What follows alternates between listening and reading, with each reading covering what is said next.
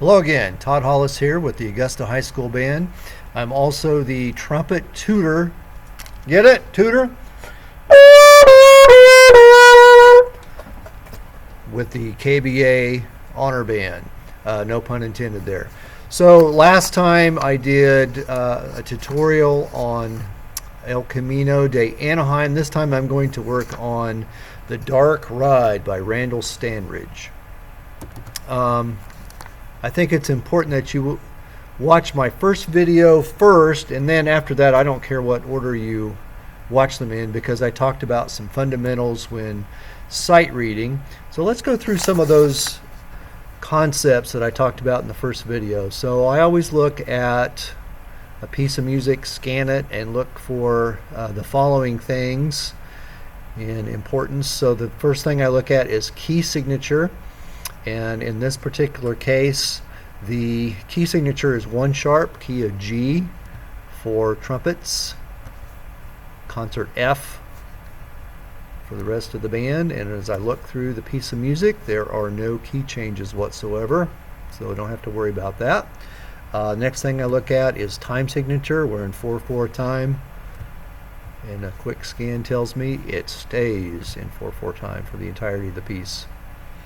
Next thing is the road map, and the repeats, DS and DC, in that area of interest. I don't see any place except this one right here. This is a repeat at measure 27, and it goes back to 19, so be aware of that. And there's also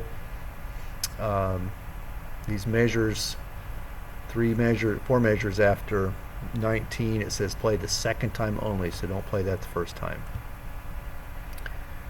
And as far as repeats and that sort of thing, there is none throughout the rest of the piece, so don't worry about that.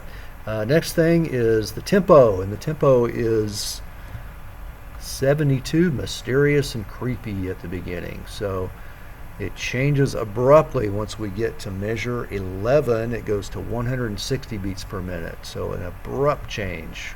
We go from first gear all the way to 4th gear in one shift. And then when we get down to measure 52, it goes a little bit faster. Yes, so 172. So be aware of the tempo changes in this piece of music. I scan for tough rhythms.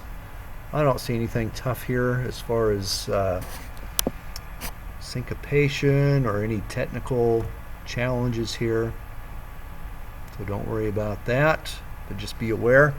Next thing, I just want to reiterate articulations. When you have a classical piece of music like Dark Ride here, don't cut any notes off with your tongue.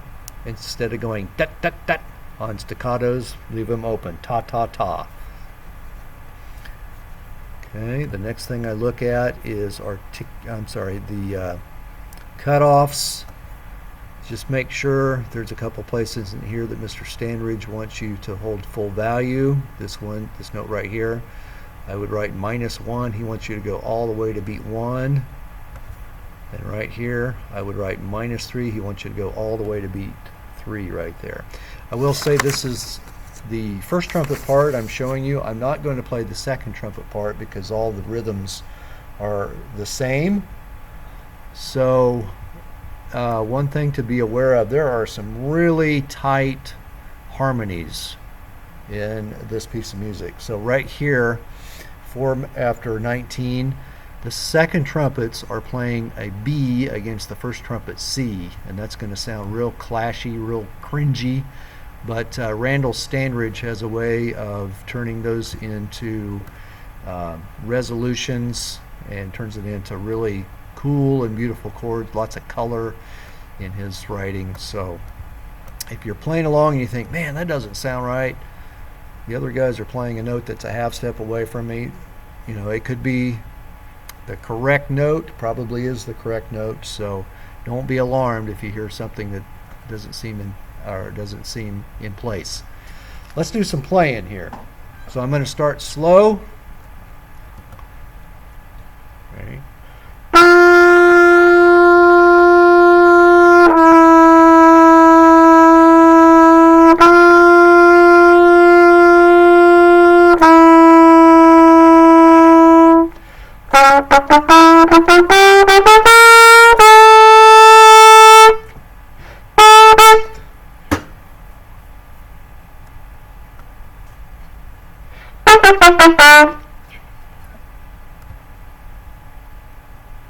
Second time only.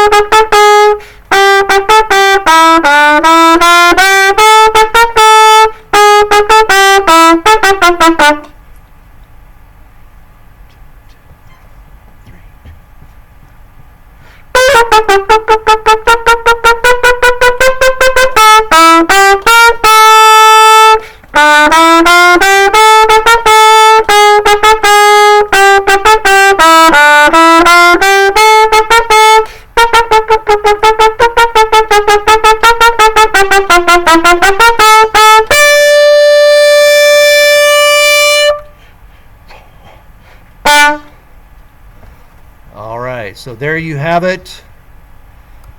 The Dark Rider.